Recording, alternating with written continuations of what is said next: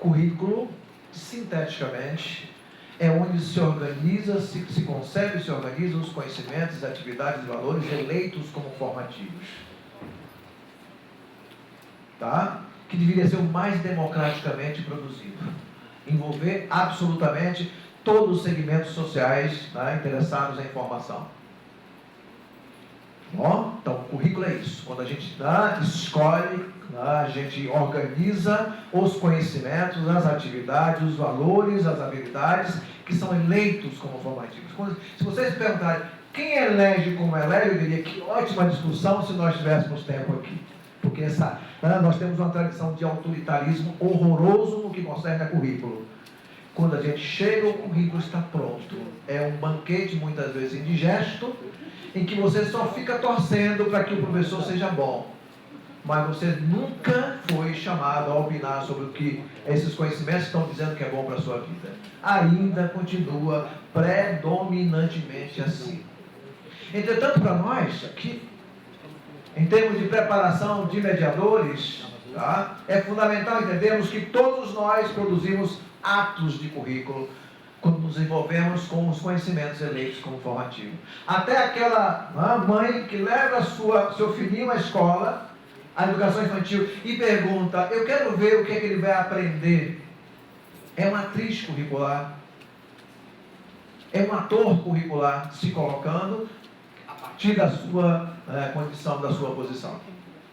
Isso é fundamental, ou seja, nós todos produzimos atos de currículo. E atos de currículo, tá, significa dizer que todos nós também estamos imbuídos de questões formativas. Toda vez que eu toco no currículo, eu estou pensando, mesmo inconscientemente, em formação. Não tem jeito. Toda vez que eu imagino organizar uma formação, eu estou botando o dedo em currículo. Não tem jeito. Percebe? Então é fundamental que a gente pense isso até para a gente prosseguir. A UNASUS é uma política de formação. Tá? E os nossos planejamentos e as nossas discussões são atos de currículo. Nós estamos interessados em conhecimentos, em experiências, em atividades e em valores eleitos como formativos. Né? Também a parte de metodologia.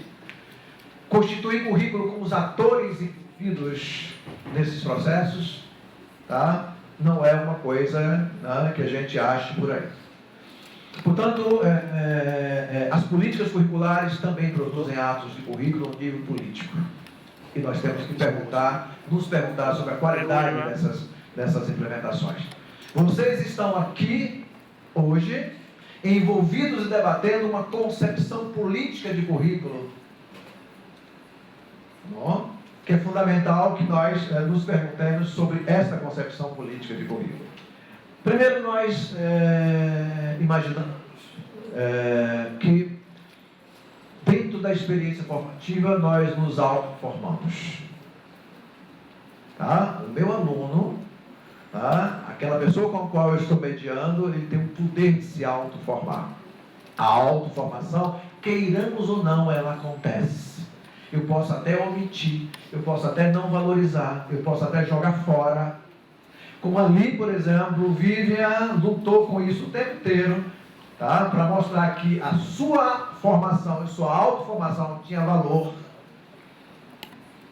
E que o Brasil tem uma experiência horrorosa nesse sentido, de desperdício da experiência total, com algumas iniciativas daqui e ali que já nos dão esperanças, tá certo? Mas nós temos a história de desperdício da experiência, desvalorização, de desqualificação da experiência. Esse processo de autoformação de um professor que foi para nós, tá, um ícone, uma marca, o professor Felipe Sena, reitor da nossa universidade. Então, a ideia de autoformação é a ideia de que, queiramos ou não, o outro se forma a partir do diálogo com ele próprio, das suas reflexões. Essa é uma condição humana, não é requinte pedagógico, não. Essa é uma condição humana. Tá? O mediador levar em consideração, tá, que a experiência da aprendizagem do outro se dá também a partir das suas reflexões, é fundamental. Tá? De como ele atribui significado ao que aprendeu, é fundamental. Tá? De que ele pode não dizer o que aprendeu na sala, mas ali no ônibus ele vai dizer: ah, eu sei agora o que aconteceu lá na sala. Ou chegar em casa e refletir, procurar mais livros, e telefonar para o colega e debater. Esse é um processo que faz parte da nossa condição de autoformação. É fundamental pensarmos assim. Tá? Mas também é fundamental pensarmos que o fenômeno formação não é um fenômeno egológico, ou seja, que está no ego da gente fechado, de forma isolada. A gente aprende com a gente e aprende com o outro. A aprendizagem é um fenômeno relacional e muito relacional. Certo? Quando pela primeira vez eu ouvi de um psicólogo cultural, que eu gosto muito dele, muito pouco popular, tá? Mas que eu tenho uma admiração profunda, que é Jerome Bruner, que ele disse: ao aprender, minha mente está comigo, mas está com o outro. Deu um nó na minha cabeça pela primeira vez quando eu li isso. Mas é real. O que ele queria dizer é que em cultura nós aprendemos sempre com o outro. Tá? Esse é o âmbito da heteroformação. O âmbito também da metaformação, e aí isso é uma cachaça para mim, por uma questão de ter pensado na minha própria vida de formação e ter tido pouca oportunidade para exercitar o que nós chamamos de uma metaformação. O que é uma metaformação? A metaformação é a condição, e eu diria a vocês também assim, é o direito que nós temos de pensar a nossa própria experiência, refletir sobre ela, sobre os nossos caminhos formativos e tomar decisões a respeito disso. Percebam. É, na realidade, criar um metaponto de vista sobre a nossa própria formação. Porque o que é que nós fazemos? Nós nos esforçamos para cumprir aquilo que o currículo, o melhor possível, ser elogiado de uma forma esterodeterminante, tá? Do que nós fizemos. E não nos colocamos no direito, e eu vou passar da condição para o direito, de refletir o nosso próprio caminho. Que caminho é esse que eu estou fazendo? Tá? Qual é onde vai chegar a qualidade daquilo que eu estou perseguindo? O que minha vida estaria pensando sobre isso que eu estou fazendo? No sentido de uma aprendizagem dita formativa. Isso que nós chamamos de metaformação, e que quase experiência nenhuma nos atribui o direito e a oportunidade de fazer isso. Pensar a minha própria itinerância formativa e tomar decisões a respeito dela. É incrível como é dramático quando as pessoas começam a fazer isso e tomam decisões. Vou deixar o curso de engenharia na metade e vou embora fazer outra coisa. Como é que pode? Pelo amor de Deus. Gastou o dinheiro todo do pai. Vou deixar o curso de medicina quase terminando, porque não era isso que eu queria. Ele está dizendo: olha, o tempo todo eu segui determinações do que eu devia fazer, agora que eu estou percebendo. Mas isso é um direito que está na origem de qualquer formação. Pensar a nossa própria formação.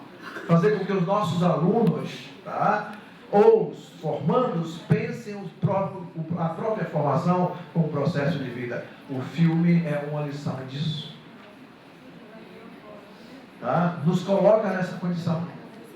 Por isso que é uma metáfora formativa interessantíssima. Tá? Pensar uma vida em formação. E não só pensar, aprendeu ou não aprendeu que mediação em EAD é isso ou aquilo. Aprendeu ou não aprendeu o conceito de educação ou o conceito de mediação? Aprendeu? Que ótimo, eu estou formado. Da minha perspectiva, não. Tá? Formação se dá a partir, inclusive, do envolvimento de toda uma vida em qualificação. Na complexidade que seja o processo formativo. E, gente, na medida que vocês não estiverem entendendo, por favor, levantem a mão. Essa não é conferência, é aula. E aula a gente interrompe, a gente pergunta, a gente... Ok? Por gentileza, tá? Fiquem à vontade. Falamos também de ecoformação. Não é? Quer dizer, essa... Aqui, né, Denise? Denise Guerra é bióloga, faz parte da equipe UNASUS, né? E nós conversamos muito sobre a agonia planetária. Tá? E a ideia de ecoformação é a ideia de como nós nos